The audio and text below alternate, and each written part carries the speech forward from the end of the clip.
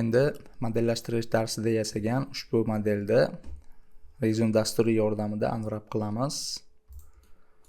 Birinchi mana shu qismlarini unwrap modifikatori yordamida tekstlatishimiz mumkin.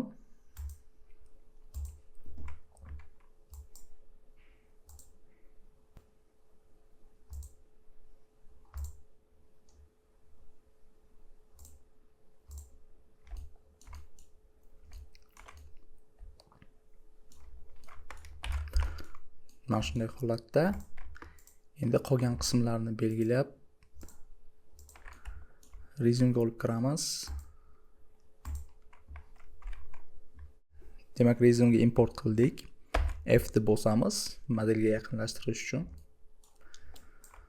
Birinchi mana shu qismini unwrap qilamiz. Mishkani ko'rsatib I ni bosamiz.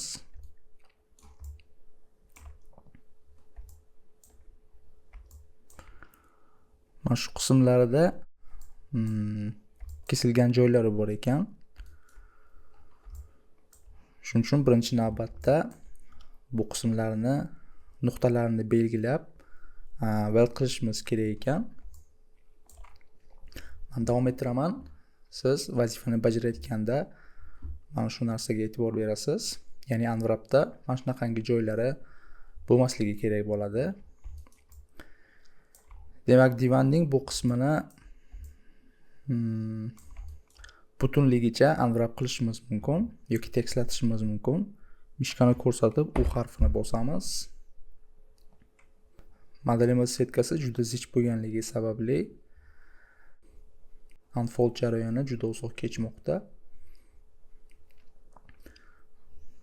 P ni bosamiz.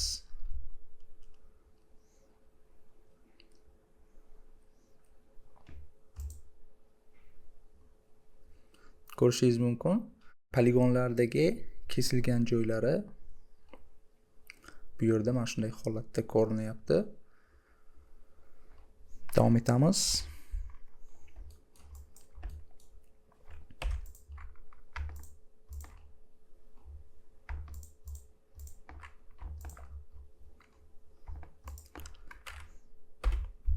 Bu qismlarni ham alohida sahnaga olib chiqamiz.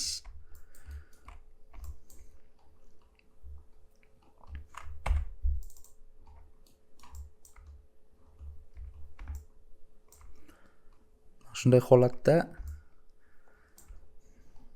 kesishimiz mumkin.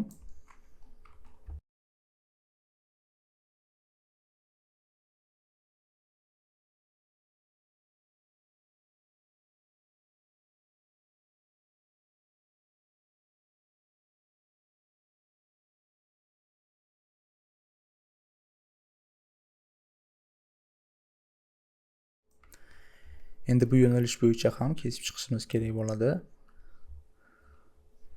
Bitta chok yetarli hisoblanadi, menimcha o'z ko'ramiz.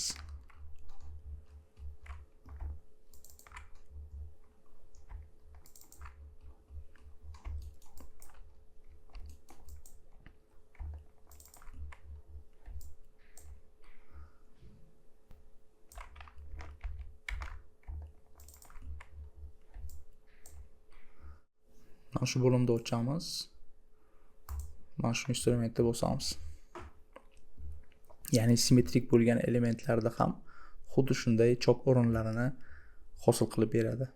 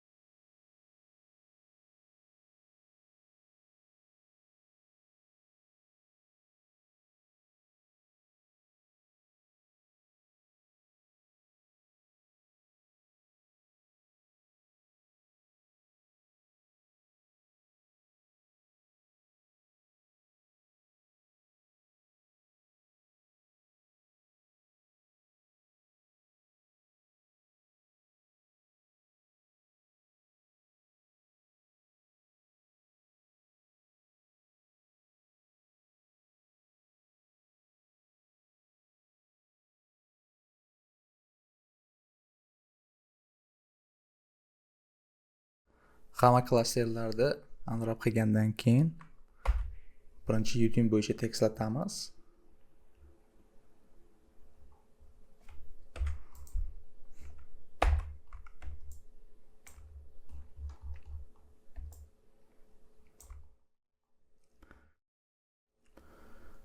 Bu elementlarni ham unwrap qilishimiz kerak bo'ladi.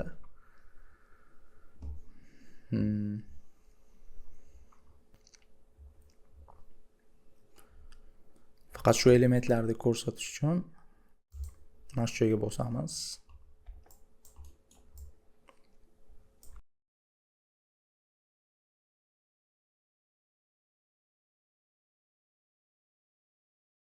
Ba'zilarini belgilamayapti.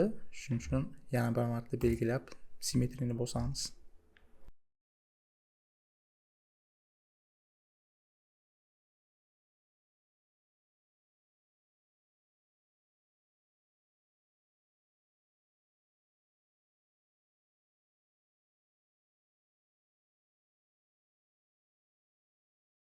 Ba'zi bir elementlarning normal yo'nalishlari teskari tomon bo'yicha o'girilib qolgan.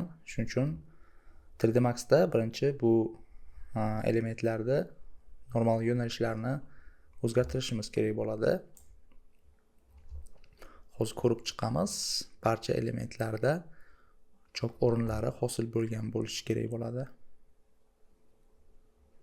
Endi normal yo'nalishlari to'g'ri yo'nalish bo'yicha joylashgan elementlarda